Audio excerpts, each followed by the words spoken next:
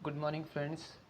तो आज हमारे पास एक नया पीवाईक्यू है और पीवाईक्यू का नेम है दिसंबर 2010 UGC net JRF geography. So let's start. First question है हमारे पास फ्रेंड्स कि डेल्टा केम परिणाम है किसका, हिमनद अपरदन का या हिमनद निक्षेपण का। तो राइट आंसर डी सही है। फिर हमारे पास कुछ बुक्स हैं और उनके राइटर्स हैं, आइए देखते हैं। क्वेश्चन नंबर सेकेंड लिखा है एसेज इन जियोमॉर्फोलॉजी का संबंध है जी एच डूरी से। मॉर्फोलॉजी ऑफ द अर्थ का संबंध है एल.सी. किंग से और अनस्टेबल अर्थ का रिलेशन है JS. Tears. And techniques in geomorphology का रिलेशन है सी.ए.एम. किंग। ये इसके राइटर हैं, ऑथर हैं। अब नेक्स्ट बुक है हमारे पास। नेक्स्ट क्वेश्चन है कि शुष्क प्रदेशों में पर्वत नदीय ढलवा मार्ग पर नदियों द्वारा निक्षेपित बालू कहलाती है, क्या कहलाती है? आइए देखते हैं। तो ये कहलाती है फ्रेंड्स ए हमादा या बी बजादा। तो राइट आंसर है बी बजादा। क्वेश्चन नंबर फोर्थ है हमारे पास कि लिखा है पर्वत निर्माण के सिद्धांतों को उनके प्रकाशित होने के अनुक्रम में व्यवस्थित कीजिए, नीचे दिए गए संकेतों का प्रयोग कीजिए। ये बताना है सबसे पहले क्या है। सबसे पहले है महाद्वीप विस्थापन सिद्धांत, इसका ऑप्शन ए सही है 1912 में। फिर संवहन तरंग सिद्धांत, फिर समुद्र फैलाव सिद्धांत, फिर प्लेट विवर्तनिक सिद्धांत, ठीक है 1962 में। अब है क्वेश्चन नंबर हमारे पास फोर्थ, नीचे कथन ए और आर असर्शन और रीजन है, ये देखते हैं। लिखा है भू धरातल पर एक चादर की भांति प्रवाहित होने वाला जल तलछटों को अपने साथ ले जाता है तथा एक जलमार्ग के अनुढाल में उन्हें खिसका देता है। रीजन है कि धारा का प्रवाह, क्योंकि धारा का प्रवाह सभी तलछटों को सदैव अनुढाल में परिवाहित कर देता है। आइए आंसर चेक करते हैं। तो इसका राइट आंसर है ए की दोनों सही हैं। क्वेश्चन नंबर 6 है कठोर चट्टान से निर्मित खड़े ढाल वाला उच्च सपाट भाग जो सामान्यतः शुष्क प्रदेश में पाया जाता है को क्या कहते हैं? ए अर्ग कहते हैं या सी मेसा मेसा कहते हैं। क्वेश्चन नंबर हमारे पास फिर से है 7 असर्शन और रीजन के साथ। लिखा है एक उष्ण कटिबंधीय चक्रवात की अभिलक्षणात्मक विशिष्टता उसकी केंद्रीय अक्षी है। और रीजन क्योंकि उष्ण कटिबंधीय चक्रवात झंझावात के उत्कट सर्पिल घूर्णन से उत्पन्न मेघ शून्य चक्रवात से संबंधित नहीं है। तो राइट आंसर है इसका डी की ए सही है और परंतु आर गलत है। फिर लिखा है निम्नलिखित में से किसके आकलन के लिए रेटिंग वक्र उपयोगी है? नदी का निस्सरण के लिए या धारा का वेग के लिए? तो राइट आंसर बी है। फिर से असर्शन रीजन है हमारे पास। तो लिखा है प्रवाल भित्ति उथले तथा उष्ण जल में विकसित होती है और रीजन दिया है क्योंकि प्रवाल भित्ति को विकसित होने के लिए अनिवार्यता लगभग ऊर्ध्वाधर तथा प्रत्यक्ष सौर विकिरण की आवश्यकता होती है। तो राइट आंसर सी है कि ए सही है परंतु आर गलत है। क्वेश्चन नंबर हमारे पास है नेक्स्ट और क्वेश्चन नंबर है हमारे पास 10, आइए देखते हैं। लिखा है उधर्व तापन या उधर्व पातन लिखा है। वैसे ये किसमें परिवर्तित को व्यंगित करता है? ठोस से वाष्प गैस में या द्रव से वाष्प में? तो राइट आंसर ए सही है। क्वेश्चन नंबर हमारे पास है 11 सवाना बायोम सामान्यतः किससे संबंधित है? उष्ण कटिबंधीय शुष्काद्र जलवायु से या उष्णकटिबंधीय आर्द्र जलवायु से? तो राइट आंसर ए सही है। क्वेश्चन नंबर हमारे पास 12 है, आइए देखते हैं। लिखा है भूमध्य रेखा की लंबाई का निर्धारण करने वाला प्रथम भूगोलवेत्ता कौन था? इरीस्टोथनीज या एनेक्सिमेंडर? तो राइट आंसर ए सही है। क्वेश्चन नंबर हमारे पास 13 है। लिखा है बंगाल की खाड़ी का आलेखन करने वाला प्रथम व्यक्ति कौन था? स्ट्रॉबो या टॉलेमी? तो राइट आंसर है टॉलेमी, बी आंसर सही है। अब क्वेश्चन नंबर हमारे पास है फिर से आपके लिए, आइए देखते हैं। लिखा है मॉडर्न ज्योग्राफिकल थॉट नामक पुस्तक के लेखक कौन है? डेविड हार्वे या रिचर्ड पीट हैं। फिर हमारे पास आ चुके हैं आपका मैच द फॉलोइंग, और मैच द फॉलोइंग में क्या लिखा है ये देखते हैं। लिखा है हमबोल्ट का संबंध कॉस्मोस से है और ऑस्कर पेस्टल का संबंध दास आइसलैंड से, रिस्थोफन का संबंध इराडेल से और रेडजल का संबंध एंथ्रोपोजियोग्राफी से। रेडजल की काफ़ी पुरानी बुक है, वैसे तो बुक सारी पुरानी है लेकिन ये काफ़ी फेमस बुक है। अब हम चलते हैं नेक्स्ट क्वेश्चन की ओर और क्वेश्चन नंबर हमारे पास है 16। फिर से मैच द फॉलोइंग है। लिखा है आइसोक्रोन मानचित्र का संबंध किससे है? समान समय से। आइसोनेफ मानचित्र का संबंध समान मेघमयता से और आइसोटिम मानचित्र का संबंध समान परिवहन लागत से और आइसोफीन मानचित्र का संबंध समान जैविक घटना से। इसका ए आंसर सही है और ऊपर वाले का डी था। क्वेश्चन नंबर हमारे पास है 17। मानव प्रवाह से संबंधित प्रिंसिपल ऑफ लीस्ट एफर्ट का प्रतिपादक कौन था, स्टॉफर या जिफ? तो राइट आंसर जिफ है, डी सही है। निम्नलिखित देशों में को उनकी जनसंख्या के अनुसार व्यवस्थित कीजिए। इसमें कोई ऑप्शन नहीं है, तो लिखा है सबसे पहले जनसंख्या है बांग्लादेश की, फिर पाकिस्तान है, फिर नेपाल है और फिर श्रीलंका है। क्वेश्चन नंबर 19 हमारे पास, निम्नलिखित देशों या निम्नलिखित दक्षिण एशियाई देशों में कौन सा सर्वाधिक नगरीकृत है, नेपाल या मालदीव? तो मालदीव राइट आंसर है। फिर है हमारे पास क्वेश्चन नंबर 20 असर्सन और रीजन के साथ। लिखा है संप्रति ग्राम से नगर में प्रवास के रूप में नगरीय विकास की उच्च दर में नगरीय जनसंख्या में प्राकृतिक वृद्धि एक महत्वपूर्ण योगदानकर्ता नहीं है। आर लिखा है न्यून मृत्यु दर के कारण ऐतिहासिक भूतल की अपेक्षा आधुनिक युग में जनसंख्या की प्राकृतिक वृद्धि दर उच्चतर है। तो इसका राइट आंसर क्या होगा, ए या बी? देखते हैं ये। तो लिखा है बी, कि दोनों सही हैं, परंतु आर की सही व्याख्या नहीं करता है। लिखा निम्नलिखित में से कौन पुनर्नवीकरणीय संसाधन है, कोयला या वायु ऊर्जा? तो वायु ऊर्जा फिर से आ सकती है, लेकिन कोयला समाप्त होने के बाद हमेशा के लिए समाप्त हो जाएगा। लिखा है समय के किसी न किसी पैमाने पर समस्त संसार पुनर्नवीकरणीय होते हैं। भविष्य की आपूर्तियों की उत्तरजीविता के लिए पुनर्भरण तथा उपयोग की सापेक्षिक दर ही मायने रखती है। इस कथन के दृष्टिकोण से संसाधन सात्यक के साथ के सही क्रम की पहचान पुनर्नवीनीकरण के आरोही क्रम में कीजिए। तो राइट आंसर क्या ही रहेगा, या डी? तो राइट आंसर है डी 1, फिर हवा, फिर ज्वार शक्ति और फिर बॉक्साइट। हमारे पास डी ऑप्शन सही है। फिर क्वेश्चन नंबर हमारे पास 23 है। 23 में लिखा है भारत के महापंजीयक तथा जनगणना आयुक्त का कार्यालय निम्नलिखित में से किन के लिए उत्तरदायी है? तो कौन सा ऑप्शन सही होगा, ए या डी, बी? तो राइट आंसर है बी सही, पहला और चौथा सही है। लिखा है 10 वार्षिक जनगणना संचालन एवं उससे संबंधित आंकड़ों का प्रकाशन करता है ये। और उसके बाद है प्रतिचयनित प्रणाली या प्रतिचयनित पंजीकरण प्रणाली के आधार पर प्राप्त वार्षिक जन्म मरण की सांख्यिकी का प्रकाशन होता है। तो अब हमारे पास है नेक्स्ट क्वेश्चन, और क्वेश्चन नंबर हमारे पास आ चुका है 24, फिर से एक असर्सन और रीजन के साथ। लिखा बायोमास ऊर्जा स्रोत जो नाजुक परिसीमा में आते हैं पुनर्नवीकरण संसाधन है।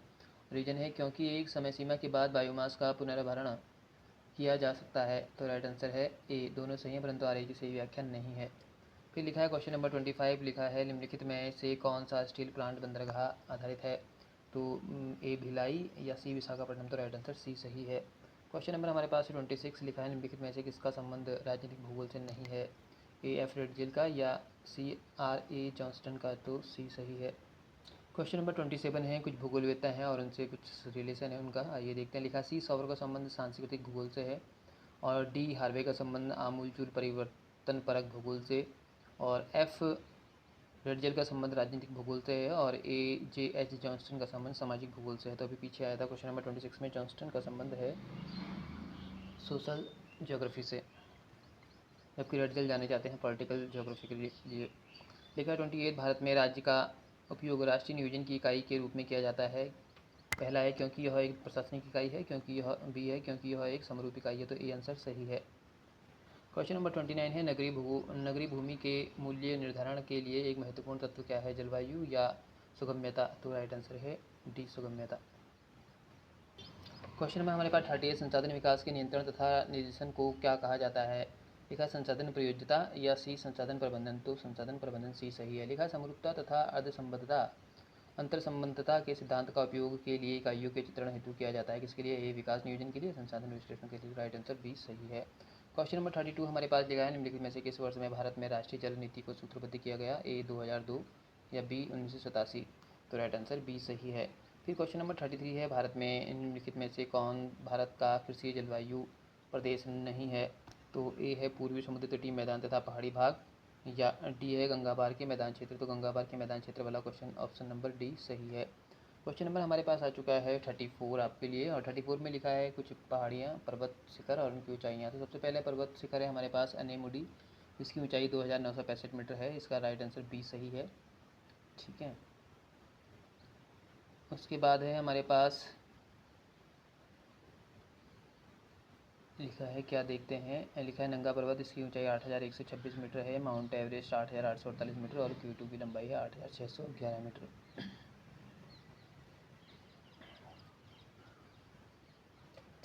सुमेरित इसमें बताया था नहीं है, तो बी लिखा है यहाँ पे, नंगा पर्वत जो है बी। नंगा पर्वत की ऊंचाई 7,756 मीटर नहीं है, जबकि 8,126 मीटर है। ठीक है, क्वेश्चन नंबर हमारे पास आ चुका है 35 असर्शन ओरिजिन के साथ एक बार फिर से आपके लिए लिखा है, भारत के उत्तरी मैदान क्षेत्र तथा पूर्वी समुद्र तटीय क्षेत्र में रेल की पटरियों का सघन जाल बिछा है, क्योंकि इन क्षेत्रों में सुविकसित उद्योग धंधे हैं। तो क्या ऑप्शन ए सही है, दोनों सही हैं, या इसकी सही व्याख्या, या बी? तो राइट आंसर बी सही है कि दोनों सही हैं, पर आर ए की सही व्याख्या नहीं करता है। क्वेश्चन नंबर हमारे पास 36 है और फिर से मैच द फॉलोइंग है। लिखा है, दामोदर का संबंध किससे है? तो कोनार से है। महानदी का संबंध नराज से है। चंबल का संबंध गांधी सागर से है और सतलज का संबंध पौंग से है। क्वेश्चन नंबर 37 है, विश्व की जनसंख्या की 2001 की जनगणना के अनुसार भारत की जनसंख्या के संबंध में निम्नलिखित में से कौन सा कथन सही है? तो लिखा है 16.7 सी है। ठीक है, तो अनुसार भारत की जनसंख्या 16.7 थी 2001 के अनुसार।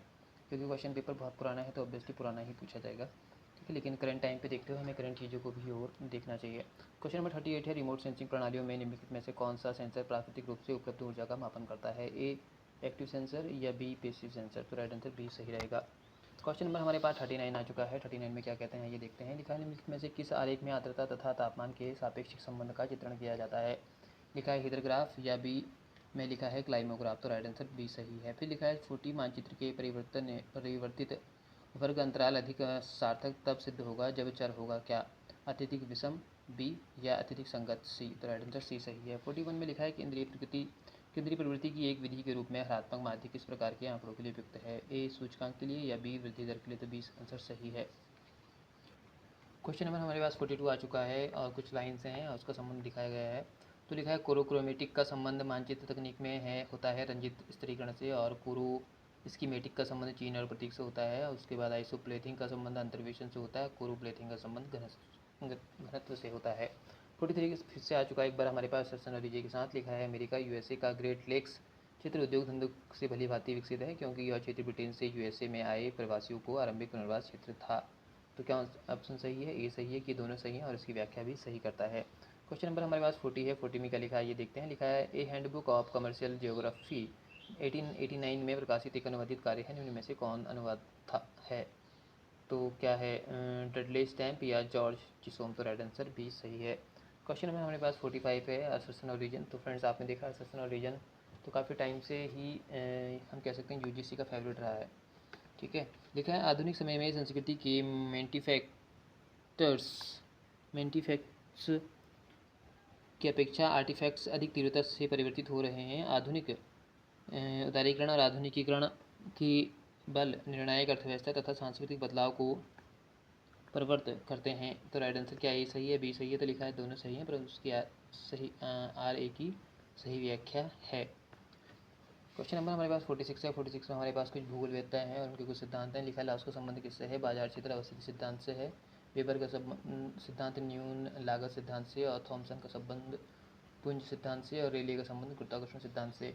अब फ्रेंड्स, हमारे पास आ चुका है फिर से एक बार एक कॉम्प्रीहेंसन आ चुका है, आइए देखते हैं।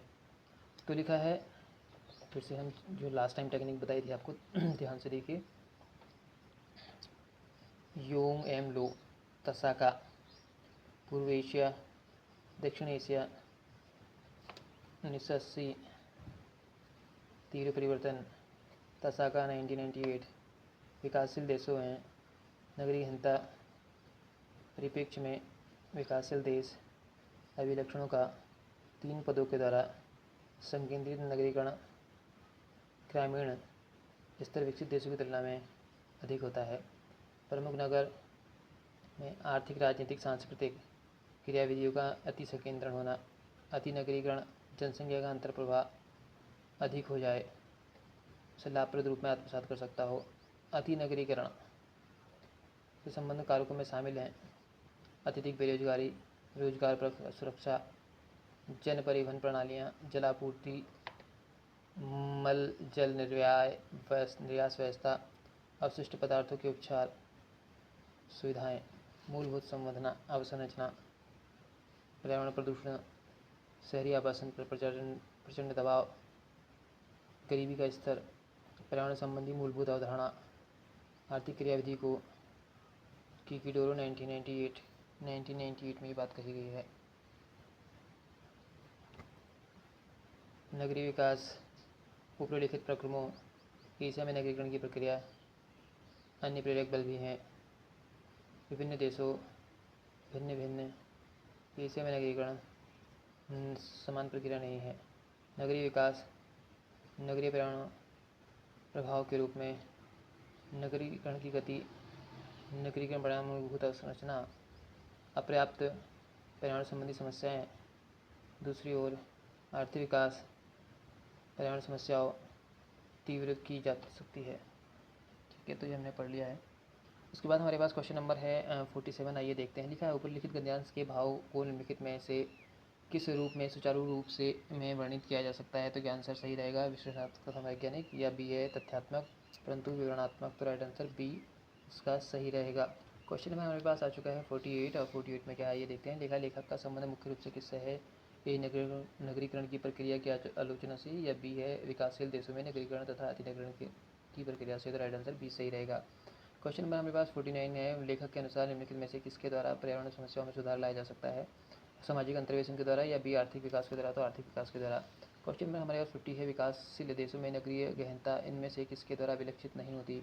तो ए के द्वारा या बी के द्वारा? तो राइट है बी के द्वारा, कि ग्रामीण नगरीय परिवर्तन की एक समान प्रक्रिया। तो राइट आंसर बी सही है। तो फ्रेंड्स आज के लिए इतना ही, और आपने देखा कितने कम समय में हमने 50 क्वेश्चन कर लिए। हम इसी तरह से फ्रेंड्स करते रहेंगे, लेकिन साथ साथ आपको भी इसकी प्रैक्टिस करनी होगी। ठीक है, तो आज के लिए इतना ही। Thank you very much, and Jai Hind, जय भारत।